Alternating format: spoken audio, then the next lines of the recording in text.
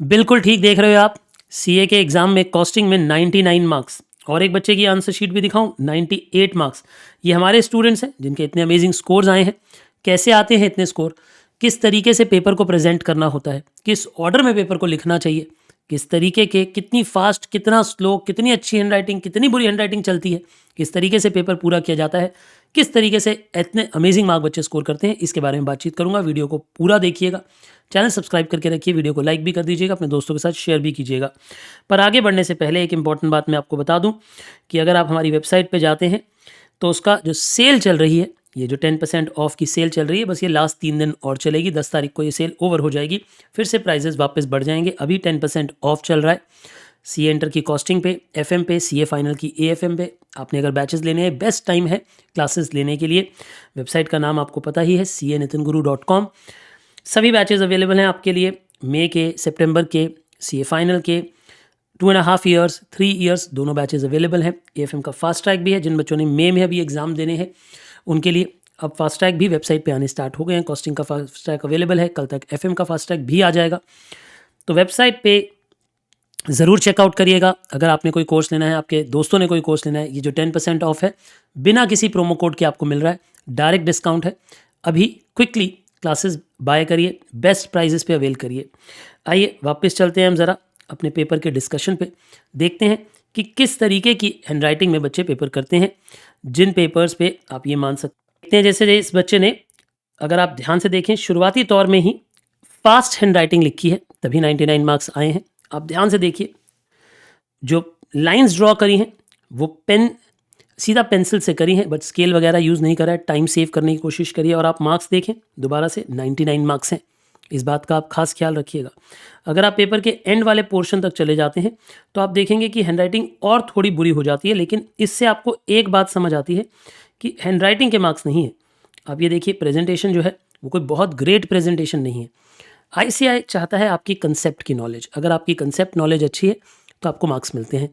इस वीडियो को देखकर आपको ये बात समझ आती है कि पेपर की प्रेजेंटेशन बहुत सुंदर नहीं होनी चाहिए, बट टाइमली पेपर कंप्लीट होना चाहिए, फास्ट होना चाहिए। मैं आपको यही बात बोलता हूँ कि पेपर पूरे समय में फास्ट करिए। यानी बच्चे क्या करते हैं, शुरुआती फेज़ में बहुत धीमा धीमा लिखते हैं, बाद में बहुत तेज़ लिखने लगते हैं। ये गलती आप ना करें। मैं यही चाहता हूं कि आप पहले ही मीडियम स्पेस पे लिखें। आप ये देखिए किस तरीके से बच्चे ने प्रेजेंटेशन को किया है। मतलब ज़रूरी नहीं है कि आप बहुत बहुत सुंदर लिखें, बहुत सुंदर लिखना ज़रूरी नहीं है, सही लिखना ज़रूरी है। आई होप आपको ये बात समझ आती है। वहीं उस स्टूडेंट के जिसके 98 मार्क्स हैं, अगर उसके पेपर को देखें तो उनकी हैंडराइटिंग बहुत अच्छी है। देखिए, ये बात हैंडराइटिंग की है। आप ये देखें, टेबल्स बनाना, आपको पेंसिल से लाइंस ड्रॉ करना, इन सब चीज़ों पर टाइम वेस्ट नहीं करना है आपने। आई होप आपको मेरी बातें समझ आ रही हैं। तो अगर मैं आपको की पॉइंट्स बताऊं इस पूरे एग्जाम्स को स्कैन करने के बाद, तो क्या होंगे? तो बातें होंगी ये। पहली बात, आपने एक बात, ये पॉइंट्स नोट करके रखिए, जिस जहाँ पे पढ़ते हैं उस सामने वाली दीवार पे पेस्ट करके लिख के रखिएगा ये बातें। पहली बात, राइट फास्ट। आप एग्ज़ाम हॉल में जाते ही सबसे पहले आपने जब लिखना स्टार्ट करना है तो आपने फास्ट लिखना है, यानी फ्रॉम बिगिनिंग। आप ऐसी गलती नहीं करेंगे कि आप एंडिंग में फास्ट लिखें, ऐसा नहीं, शुरू से ही फास्ट लिखना है। प्रॉमिस करो, अभी के अभी कमेंट में प्रॉमिस करो कि हाँ सर, मैं प्रॉमिस करता हूँ मैं पहले मोमेंट से ही फास्ट लिखूंगा। मतलब इतना गंदा नहीं लिखूंगा, मीडियम लिखूंगा, लेकिन पहले समय से ही फास्ट लिखूंगा ताकि मेरा पेपर पूरा हो। क्योंकि आजकल पेपर बड़े आते हैं, कॉस्टिंग का पेपर बड़ा आता है, आपके अकाउंट्स का पेपर बहुत बड़ा आता है, तो उन बड़े पेपर को टैकल करने के लिए शुरू से ही फास्ट लिखना है।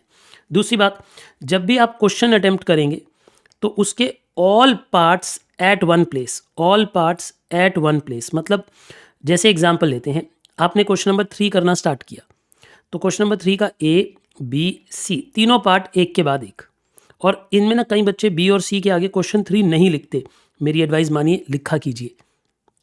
एग्जामिनर को कभी कभी पेज पर लटते हुए नहीं ध्यान रहता, तो आप क्वेश्चन 3 का ए पार्ट, 3 का बी पार्ट, 3 ऐसे जब सोल्यूशन लिख रहे हो आप, सोल्यूशन 3A 3B 3C ऐसे लिखा करो, और तीनों एक साथ। मतलब ऐसा नहीं हो कि क्वेश्चन 3 का ए पार्ट कहीं कर दिया क्वेश्चन, फिर आपने 4 स्टार्ट कर दिया, 4 का ए और बी कर दिया, फिर 3 का बी पार्ट करो, ऐसा ऑर्डर नहीं। हाँ, ये हो सकता है कि क्वेश्चन 3 पहले कर दिया तीनों पार्ट्स, फिर क्वेश्चन 5 कर दिया और उसके बाद क्वेश्चन 4 किया, ये चल जाएगा। बट पूरे क्वेश्चन के सारे पार्ट्स एक ही जगह पे करने हैं। हैंडराइटिंग मीडियम रखनी है, प्रेजेंटेशन बहुत अमेजिंग रखने की कोशिश नहीं करनी है। हाँ, अगर आपकी हैंडराइटिंग फास्ट होते हुए बहुत अमेजिंग प्रेजेंटेशन रख सकते हो, that is good for you.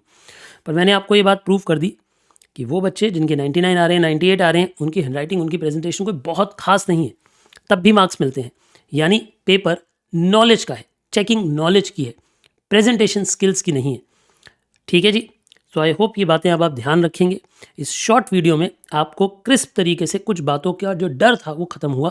पहली बात कि हैंडराइटिंग अच्छी नहीं है, कोई फ़र्क नहीं पड़ता। प्रेजेंटेशन अच्छी नहीं है, कोई फ़र्क नहीं पड़ता। पेपर नहीं छूटना चाहिए, पेपर छूटना नहीं चाहिए। सर पेंसिल से, स्केल की हेल्प से लाइन ड्रॉ करें, नहीं, अपने हाथ से ड्रॉ कर दो अगर समय कम है तो। फास्ट स्पीड में बस काम करना है, दैट इज़ इम्पॉर्टेंट। मैं फिर से एक बारी बता दूं, जो हमारी वेबसाइट है उस पर सेल लास्ट 2-3 दिन बची है, ज़रूर वेबसाइट चेकआउट कर लीजिएगा, canitanguru.com। चैनल को हमारे सब्सक्राइब करके रखिएगा। वेबसाइट पे किसी डिस्काउंट कोड की ज़रूरत नहीं है, सीधा सीधा 10% ऑफ आपको मिल जाएगा।